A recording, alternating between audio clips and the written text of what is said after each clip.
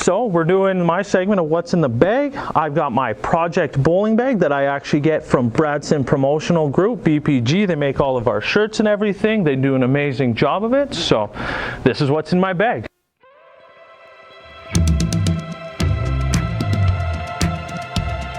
My name is Evan Lacoursiere, and I bowl on the WCBT Tour. So we'll be going through today some of the stuff that I have in my bag. So we'll start off, we'll go with my little top zipper here. I tend to rock all sorts of different sliders. I've got everything from your S11 all the way down to your S2. I tend to change depending on the approaches, depending what we're all using here. Like if the heavier the approach, I might go to a smaller slider. It all depends. If I find that I found a heavy approach, I'll sport a different heel. It all kind of depends on the conditions that I'll be playing in. But typically right now, I don't tend to change too much, but well, it'll all depend on what we're doing here. So next we go this little top zipper I got here. It's nothing too crazy. Got my little change purse, you know, little KT tape.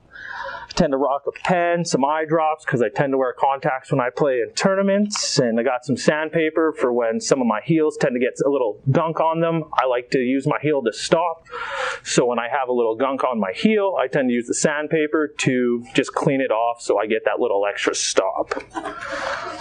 And then alright, we will transition into the middle part of my bag.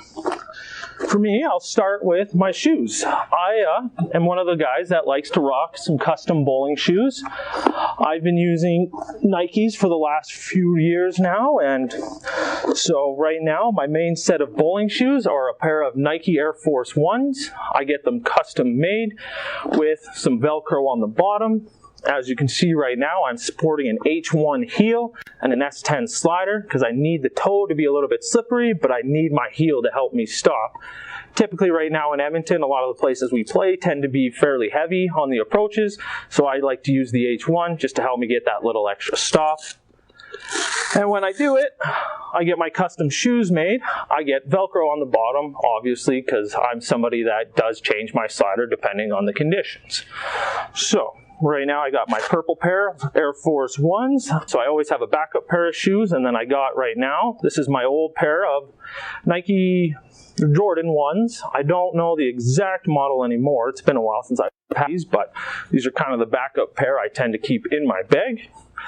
Oh yeah, another good thing that I didn't mention before was I do like to sport Velcro on my toe, just to make sure that the color doesn't kind of wear off my shoes and I don't kind of leave rubber streaks on the lane for other people to stick and trip on, because I know Adam Weber might blame it on something like that, but sorry Adam. All right, let's shift into the middle part of my bag. Right now we'll start with my spare ball.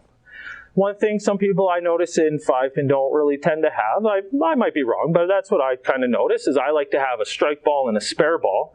And my spare ball is kind of in the same sense of like a 10-pin players. They'll use a smaller secondary ball to be a little more accurate with their spares. So this one I'm using is actually, if I believe I'm correct, is an original model soft roll. That's a 4 3/4, 3/4, I believe. It might be 3/6. I don't fully remember. I stole it from my mom, I'm not going to lie. But this is what I like to use as my spare ball.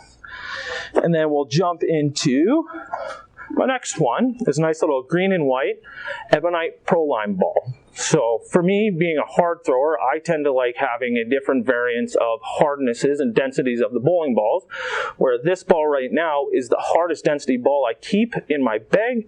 I don't tend to throw it a lot, but it's the one I go to if I'm struggling and I just need a change and the other balls I'm not working aren't using. So I'll jump into this one, especially if I find I'm not getting enough deflection off the pins.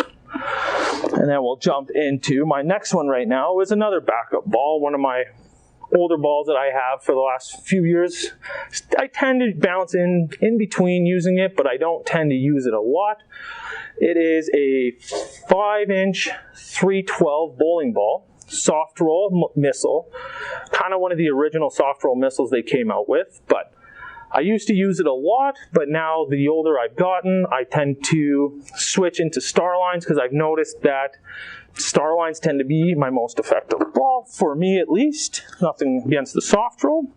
Then we'll jump into this blue Starline I got here. I find with my blue Starline, it's a 4 7/8, 3/8, and the bowling ball I find is like kind of like a medium density.